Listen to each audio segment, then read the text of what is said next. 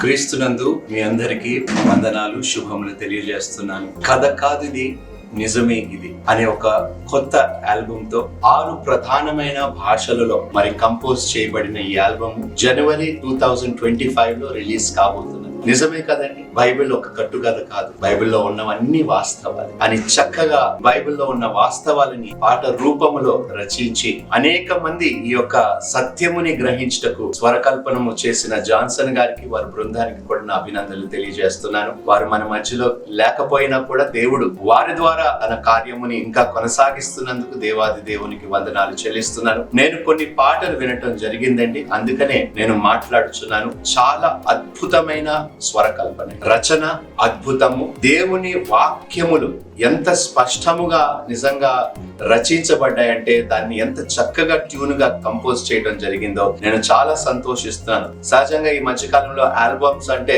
ఒక సాంగ్ వల్లే ఉంటుంది కానీ అందులో ఒక ఇమోషన్ గాని, ఒక సత్యము గాని, ఒక ఫీల్ గాని మనకి మిస్ అవుతుంది.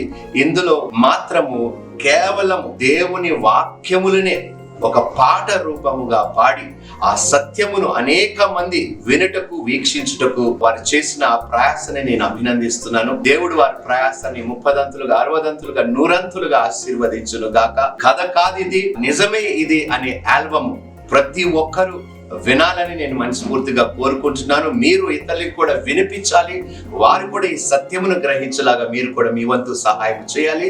ఈ ఆల్బమ్ ని మీరు ప్రోత్సహించాలని మనస్ఫూర్తిగా కోరుకుంటూ, నేనైతే ఈ పాటలు విని ఆశీర్వదింపబడ్డాను. 2025 జనవరిలో తప్పకుండా ఈ పాటలు మన సంఘములో కూడా పాడటానికి మేము ప్రయాసపడతాం. Thank you so much. God bless you. ఈ కథ కాదు ఇది, నిజమే ఇది ఆల్బమ్ కోసం ప్రయాసపడిన వారందరికీ మరొకసారి నా శుభములు తెలియజేస్తున్నాను.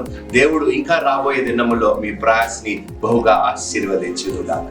బడిలోని చెప్పని సృష్టికర్త పుస్తకం పరలోకము నుండి పంపబడినది, పరిశుద్ధాత్మ ప్రేరణతో వ్రాయబడినది.